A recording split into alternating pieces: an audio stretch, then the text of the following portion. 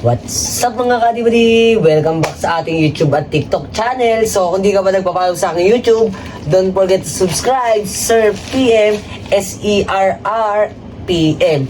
At sa aking TikTok channel, don't forget to follow SpongeBoy, that's Sir 1. So ngayon, i-unbox natin ang binili ko sa ibang bansa na SpongeBob Blender. Books! So, gabi-gabi na pero may energy pa rin tayo. Huwag na natin pagpatumpik-tumpik pa. Kara-kara buksan na natin agad ito. Ganun. So, pagbukas mo ng plastic, makikita mo na agad yung mismong ito, yung manual guide. Siyempre naman pag stalker ka, kailangan alam mo lahat. Hindi. Kailangan malaman mo lahat para pag ginamit mo, sure ball, hindi ka magkakamali. Ob ka pa naman. Uy, hindi ka gaganyan. Ito naman yung kanyang authenticity receipt. So, sa box pa lang, physical appearance pa ng box, talagang legit na fresh from US talaga. So, buksan na natin guys. Yung pa guys.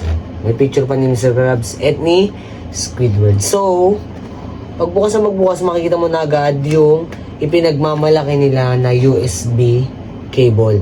Dahil ang blender na ito ay rechargeable. So, mawalan mang ilaw meron, basta may charge, makakapag blend ka, makakapag shake ka. Parang shake price ng McDo, baka naman.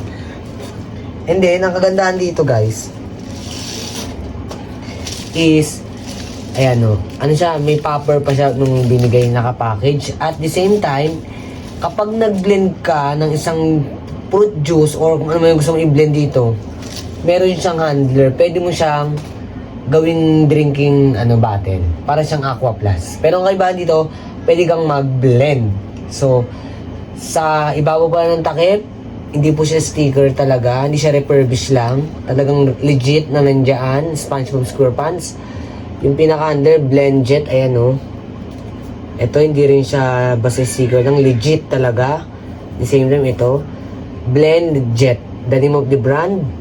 And then, yung power on and off button, yung USB port. So, let's check.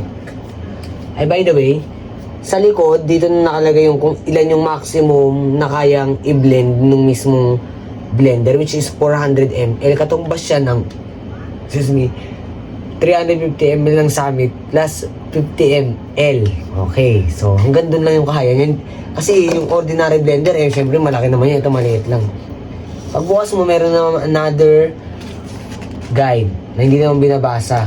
So, sabi dito, arrows must be aligned for operation. Kailangan yung dalawang arrow na ito magkatapat bago ka mag-try. Kasi pag magta-try ka, hindi siya gagana.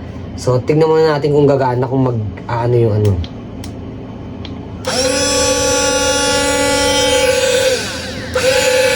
Gumagana talaga, di ba?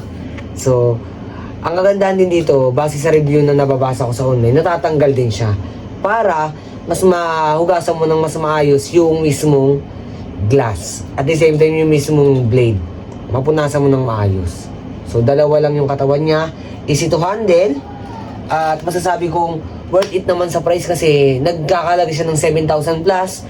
Pero nung nabili ko kasama ng shipping fee, almost 50% off ang discount. So what are you waiting for?